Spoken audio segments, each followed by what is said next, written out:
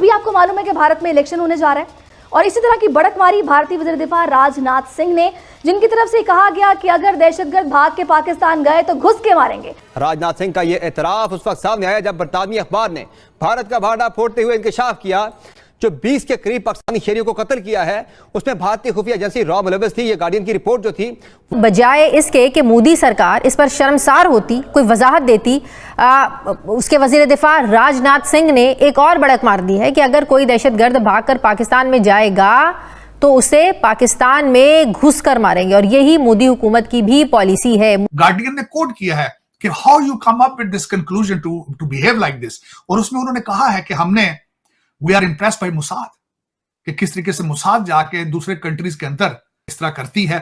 तो पहले हम डिफेंसिव थे तो we change our mind to become offensive instead of defensive.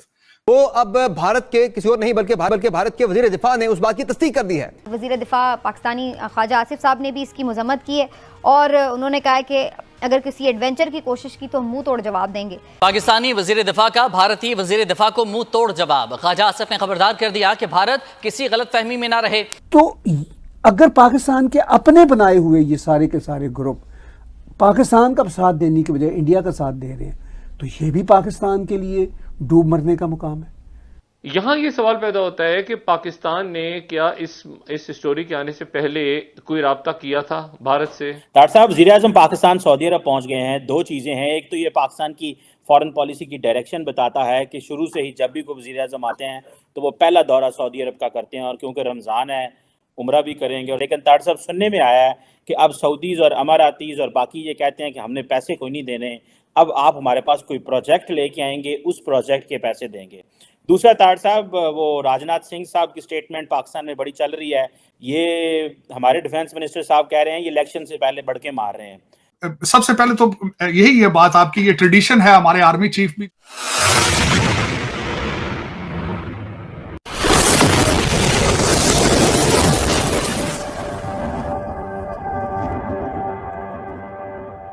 जो बनते हैं सबसे पहले सऊदी अरेबिया जाते हैं, जो प्राइम मिनिस्टर बनते हैं वो भी वहीं जाते हैं।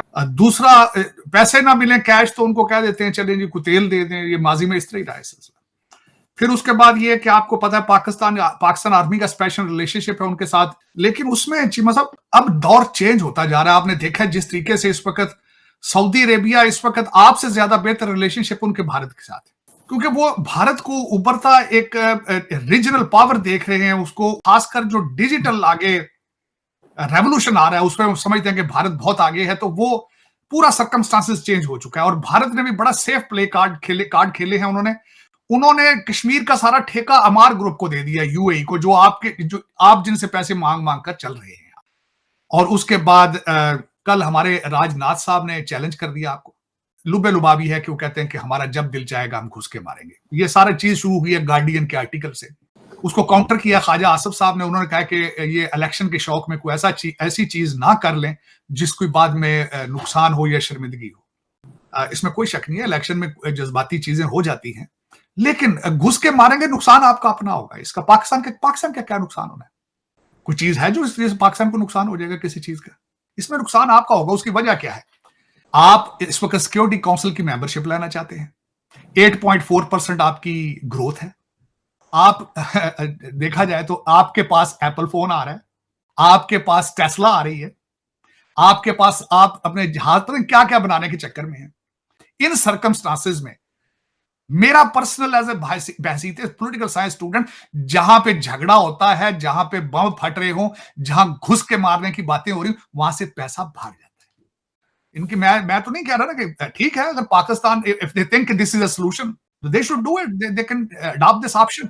लेकिन उसमें मैं चीज ये बताना चाहूंगा, इनका सबसे बड़ा अपोनेंट चाइना, उसने पिछले 30 साल की तरक्की की सिर्फ इस वजह से। सीक्रेट क्या था कि वो किसी इंटरनेशनल कॉन्फ्लिक्ट के अंदर एंगेज नहीं हुए। पड़ोसियों को घुस के मारेंगे तो ठीक है, उनके पास तो है ही कुछ नहीं।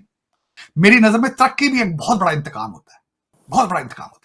हाँ, अगर फिर आप ये कहें कि आप इधर भी घुस के मार लेंगे, आप उधर भी घुस के मार लेंगे, फिर आप मारेंगे ही, आप तरक्की नहीं करेंगे। झगड़े की बात ना की जाए, झगड़े की बात से तरक्की भी रुक जाती है, लोग फिर पैसा भाग जाता है। लेकिन चीमा साहब, गार्डियन का थोड़ा सा वो मैं डिस्कस आपसे ये करना चाहता हूं गार्डियन को, कि किसी इनकी एजेंसियों के बंदों ने कन्फेशन भी की है, उन्होंने एडमिट भी किया है। गार्डियन ने कोट किया है कि how you come up with this conclusion to behave like this. और उसमें उन्होंने कहा है कि we are impressed by Mossad, कि किस तरीके से मुसाद जाके दूसरे कंट्रीज के अंदर इस तरह करती है। तो पहले हम डिफेंसिव थे, तो we change our mind to become offensive instead of defensive. और उन्होंने ये कई लोग जो इनकी एजेंसी, भारतीय एजेंसियों ने एडमिट किया है। इंडिया के जब भी इलेक्शन करीब आते हैं हमें कुछ स्टेटमेंट्स ज़रूर नज़र आती हैं जो वो एग्रेसिव स्टेटमेंट देते हैं पाकिस्तान में कार्रवाइयों के हवाले से, और फिर वही बयानियाँ बनाने की कोशिश करते हैं कि जी कुछ टेररिस्ट पाकिस्तान से कार्रवाइयाँ करें वगैरह वगैरह, जिसमें वो कहते हैं कि जी फरार होने वाले दहशतगर्दों को मारने के लिए हम पाकिस्तान में भी दाखिल होंगे, उनकी टेरिटरी में भी जाके उनका पीछा करेंगे। वज़ीर दिफा पाकिस्तानी ख्वाजा आसिफ साहब ने भी इसकी मजम्मत की है और उन्होंने कहा है कि अगर किसी एडवेंचर की कोशिश की तो हम मुंह तोड़ जवाब देंगे। इससे पहले हमने कुछ दिन पहले अभी गार्जियन की एक स्टोरी भी देखी है, वो तो ये क्लेम भी कर रहे हैं उनकी रॉ की तरफ से कि जी कुछ लोगों की यहाँ पर इन्होंने कार्रवाइयाँ करके मारे हैं कुछ लोग, यहाँ पर वो ऐसी बात भी कर रहे हैं, क्लेम कर रहे हैं। ये डेफिनेटली फैक्टर तो है, मतलब जो रेगुलर फीचर है कि भारत में जब भी इलेक्शन तो आरएसएस की तरफ से, बीजेपी की तरफ से एंटी पाकिस्तान पे काफी वोट पड़ता है। लेकिन अभी थोड़ा सा इसमें आई थिंक फर्क ये है कि ये जो स्टेटमेंट है, एक तो ये रिएक्टिव था, बिकॉज गार्डियन में स्टोरी आई और लास्ट ईयर से चीजें चल रही थी।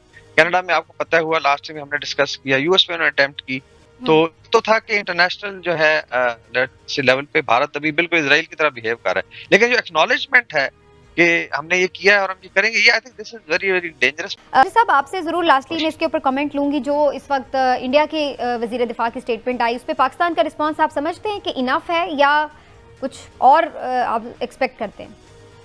नहीं, मेरे ख्याल में ये एक्शंस जो हैं वो होने चाहिए, वो ज़्यादा ज़रूरी हैं। सिर्फ वर्डली जो है और वो भी जो है ये रवायती बड़कबाजी जो है ये कोई इसका बात नहीं है। 20 बंदे जो हैं वो उन्होंने कहा है कि हमने अंदर मारे हैं, इंटरनेशनल लॉज की डेफिनेटली खिलाफ वर्जी है, पाकिस्तान की सॉवरेनिटी में इंटरफेरेंस है, और वो भी एक जो रवायती हमारा दुश्मन है उसकी तरफ से, और आगे भी करेंगे। तो ये तो एक धमकी है और ये पाकिस्तान को जो है इसको लाइट बिल्कुल नहीं लेना चाहिए। तो इसको जो है सिर्फ अल्फाज में तो नहीं जो है वो काफ़ी समझता हूँ मैं कि इसके ऊपर जो है फौरी तौर के ऊपर एक्शन लेने की जरूरत। हमेशा की तरह आप सबसे रिक्वेस्ट है कि जिसने भी चैनल को सब्सक्राइब नहीं किया है प्लीज चैनल को सब्सक्राइब करना ना भूलिए, साथ साथ बेल आइकॉन को भी क्लिक कर देंगे तो हो सकता है कि आपको नोटिफिकेशन भी मिल जाए, इसलिए कि आजकल बहुत से लोगों को नोटिफिकेशन नहीं भी मिल रहा। तो जिनको नोटिफिकेशन नहीं आ रहे वो प्लीज हर कुछ घंटे के बाद आकर, जब भी टाइम मिले, जब भी आपके पास थोड़ा सा टाइम हो तो आकर चैनल पे देख लिया करें कहीं कोई नई वीडियो तो नहीं आई। तो बिल्कुल इससे आपको पता लग जाएगा कि नई वीडियो आई है या नहीं आई है। लेकिन बहरहाल साथ साथ ये लाइक के बटन को भी क्लिक कर दें और जब ये सारे काम आप लोग कर लें तो उसके बाद वीडियो भी देख लें। Thank you for watching. Please subscribe, like and share and press the bell icon.